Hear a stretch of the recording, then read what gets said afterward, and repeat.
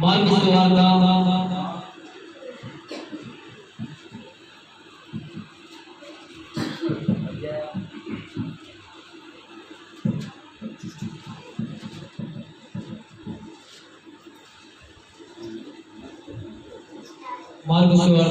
2వ అధ్యాయం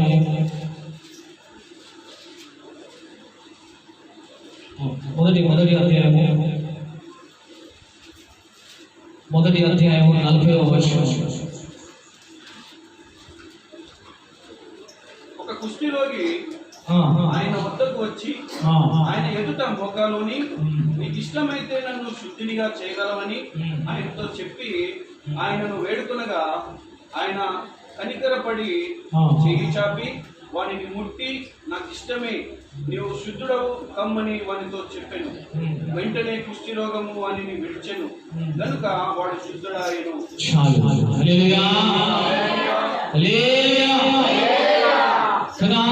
దేవుడు వాక్యం ద్వారా మాట్లాడుతా ఉన్నాడు. ఏంటంట, ఒక కుష్ఠరోగి చాలా సంవత్సరాలుగా బాధపడతా ఉన్నాడు. ఆ కుష్ఠరోగం అంటే మీకు తెలిసే ఉంటుంది, ప్రత్యేకంగా చెప్పిన అవసరం లేదు. అతను చూస్తే వాళ్ళని చూస్తే అసహించుకుంటా ఉంటారు. చిన్నపిల్లలు వాళ్ళని చూస్తే భయపడతారు. వాళ్ళ చేతులు చూస్తే వాళ్ళకున్నటువంటి ఆ యొక్క రోగాలు చూసి మనుషులందరూ ఏం చేస్తారు తెలుసా? భయపడతా ఉంటారు, అసహించుకుంటా ఉంటారు, పారిపోతా ఉంటారు. ఆ కుష్ఠరోగం ఉన్నటువంటి వ్యక్తులు ఏం చేసేవాళ్ళంటే ఆ కాలంలో పక్కన పెట్టేసేవాళ్ళు. అలాంటి ఒక వ్యక్తి, కుష్ఠరోగంలో ఉన్నటువంటి వ్యక్తి, బాధపడుతున్నటువంటి వ్యక్తి కదా, ఎవరి దగ్గరికి వచ్చిందంట? ఎవరి దగ్గరికి వచ్చిండు? యేసయ్య దగ్గరికి వచ్చిందండి. హల్లెలూయా. కుష్ఠరోగంలో ఉన్నటువంటి వ్యక్తి ఎవరి దగ్గరికి వచ్చిండు? యేసయ్య దగ్గరికి వచ్చిండు. యేసయ్య పాదాల దగ్గరికి వచ్చిండు. యేసయ్య సన్నిధికి వచ్చిండు. యేసయ్య ఎక్కడ కూర్చుంటే అక్కడికి వచ్చిండు. యేసయ్య ఎక్కడ ఉన్నాడని చెప్పేసి తెలుసుకోవడానికి వచ్చిండు. ఎందుకో తెలుసా? యేసయ్య దగ్గరికి వెళ్తే ఆయన ఒక ఆశ. ఏం ఆశ తెలుసా? నాకు ఈ కుష్ఠరోగం పోవాలని ఒక ఆశ. యేసయ్య దగ్గరికి వెళ్తే ఆయనకు వ్యాధి పోవాలని ఒక ఆశ. యేసయ్య దగ్గరికి వెళ్తే ఆయనకు ఉన్నటువంటి ఆ యొక్క భయంకరమైన రోగం పోవాలని ఒక ఆశ. ఆ ఆశతోని ఆ కుష్ఠరోగి ఇక్కడికి వచ్చిండో తెలుసా? యేసయ్య దగ్గరికి వచ్చిందండి. హల్లెలూయా. కదా, యేసయ్య దగ్గరికి వచ్చి ఆయన దగ్గరికి వచ్చి ఏం చేస్తున్నాడు తెలుసా? మోకాలుని అడుగుతా ఉన్నాడంట. ఎలా అడుగుతా ఉన్నాడు? మోకాల మీద కూర్చొని చూడండి. ఆయన కుష్ఠరోగి వల్ల ఆయన అనారోగ్యంగా ఉన్నటువంటి వ్యక్తి ఆరోగ్యంగా లేడు. ఆరోగ్యంగా లేడు. ఆయనకు జబ్బు ఉంది, ఆయనకు బలహీనత ఉంది, ఆయనకు రోగం ఉంది. అయినా కూడా ఏం చేస్తుంది తెలుసా? మోకాల మీద కూర్చొని స్తుతిస్తాడు. హల్లెలూయా. మోకాల మీదకి వచ్చి దేవుని ప్రాధేయపడతా ఉన్నాడు. చూడండి, కొంతమంది మోకాలేనికి మొగాడపడతా ఉంటారండి. కొంతమంది మోకాలు ప్రార్థన చేయడానికి మొగాడపడతా ఉంటారండి. కుర్చీ మీద కూర్చొని అన్ని విధాలుగా బాగుపడి కూడా కుర్చీ మీద కూర్చొని స్తుతించే వాళ్ళు చాలా మంది ఉన్నారండి కదా. కుర్చీ మీద కూర్చొని స్తుతించే వాళ్ళు చాలా మంది ఉన్నారు. కుర్చీ మీద కూర్చొని ప్రార్థించడం తప్పేమి కాదు, కానీ నీ అనుకూలంగా బట్టి నువ్వు స్తుతించాలి. ఇక్కడ చూడండి, ఒక సాదృశ్యానికి మోకాలు అడుగుతున్నట్టే ఒక సాదృశ్యము. ఆ యొక్క కుష్ఠరోగి ఒక పాఠం నేర్పుకునే రోజు, ఒక లెసన్ నేర్పుకునే రోజు. ఎందుకు తెలుసా? ఎంత రోగం ఉన్నా, ఎంత జబ్బు ఉన్నా, ఎంత కఠినమైన సమస్య ఉన్నా ఇక్కడ ఎక్కువ కూర్చొని అడుగుతున్నాడు దేవుని. మోకాల మీద ఉంది, రెండు చేతులు లేపి అడుగుతా ఉన్నాడు కదా.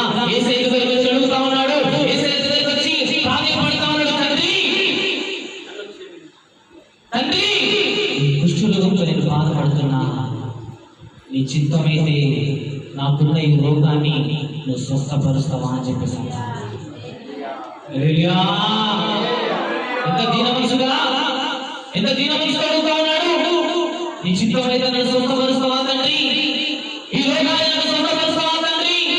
ఈ రోగంలో నేను పట్టుబెట్టాడుతా ఉన్నానే, ఈ రోగంలో నేను తల్లడిల్లిపోతా ఉన్నానే, ఈ రోగంలో నేను ఏడుస్తా ఉన్నానే, ఈ రోగంలో నేను సమాజంలో తిరగలేకపోతా ఉన్నానే, ఈ రోగంలో నేను ఎవరి దగ్గరికి వెళ్ళలేకపోతా ఉన్నానే, ఈ రోగంలో నేను ఎవరి దగ్గరికి ముచ్చటించలేకపోతా ఉన్నానే, ఈ రోగం వల్ల నాకు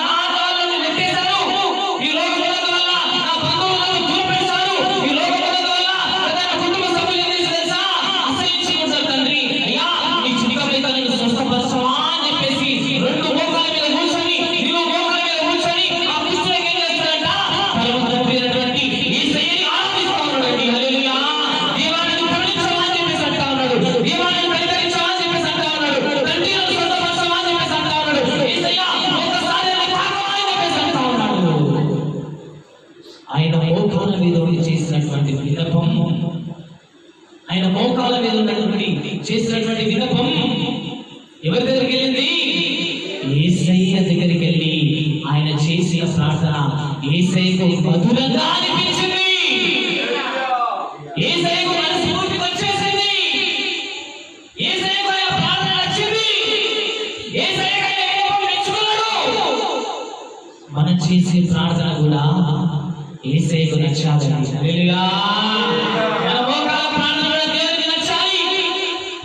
మనం చేసే ప్రార్థన దేవుడు మెచ్చాలి. మనం చేసే ప్రార్థన దేవుడు ఆలకించాలి. ఆలకించాలంటే ఎలా చేయాలో తెలుసా? ప్రార్థన ఆలకించాలంటే ఎలా చేయాలో తెలుసా? ప్రార్థన దీన మనస్సు కలిగి అక్కడ కుష్టి వ్యక్తి ఎలా మొరపెడతా ఉన్నాడో అలా మనం మొరపెట్టాలి.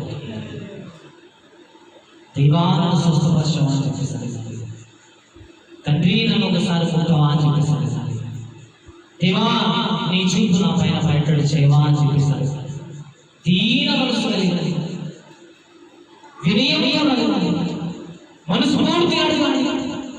దేవుని కనికరం పుట్టేటట్టు మనం అడగాలి. దేవుడు కరుణించేటట్టు మనం అడగాలి. దేవుడు మన పట్ల జాలి చూపించేటట్టు మనం అడగాలి.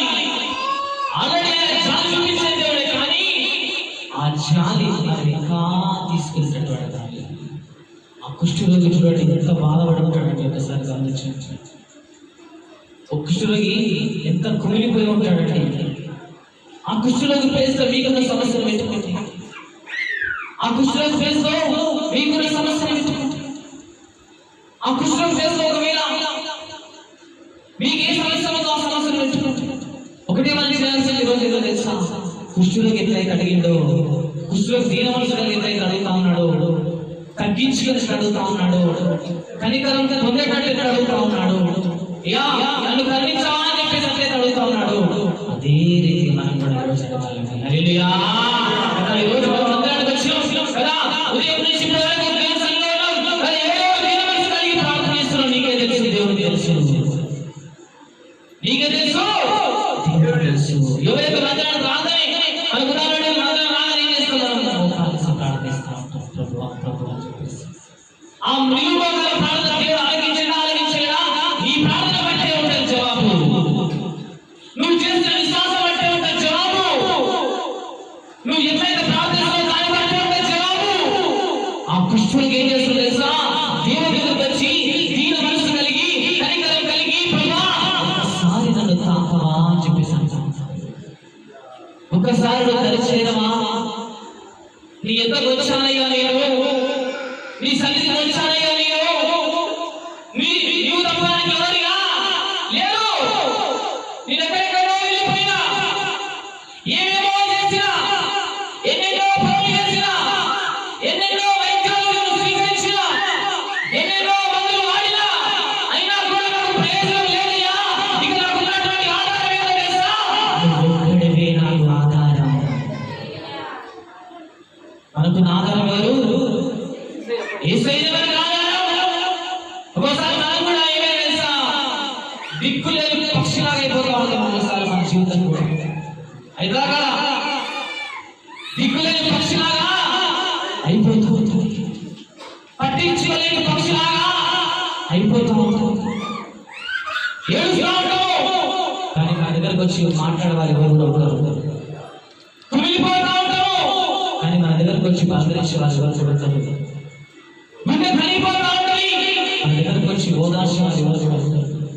నలిగిపోతా ఉంటుంది, మన దగ్గరకు వచ్చి ఏమైంది బిడ్డ అని చెప్పేసి పలకరించే మనుషులు కూడా ఒకసారి కనిపించరు. దిక్కులేని పక్షులాగా మనం అయిపోతాం. ఒకసారి అందరూ ఉన్న అనాథలుగా మారిపోతాం. ఒకసారి ఏమి లేని స్థితిలో అయిపోతుంది మన పరిస్థితి. చూడడానికి అందరూ ఉంటారు, కానీ ఏమి లేని పరిస్థితిలో అయిపోతుంది. ఎవరు అందరూ ఉన్నా ఎవరు లేనట్టుగా అయిపోతుంది. కుటుంబంలో సమస్యలు కొట్టుమిట్టాడుతూ ఉంటాయి, కొట్టుమిట్టాడుతూ ఉంటాయి. బాధల మీద బాధలు, శ్రమల మీద శ్రమలు, వేదన మీద వేదనలు. ఇందాక అనామర్శంగా సాక్ష్యం విన్నాము. అందరికీ కన్నీరు రాసింది ఆ సాక్ష్యం. ఏ సాక్ష్యం తెలుసా? ఒకటే ప్రార్థించింది, ప్రభువా శోధన మీద శోధన, ప్రభువా కష్టాల మీద కష్టాలు, ప్రభువా పిల్లలు మన కొడుకు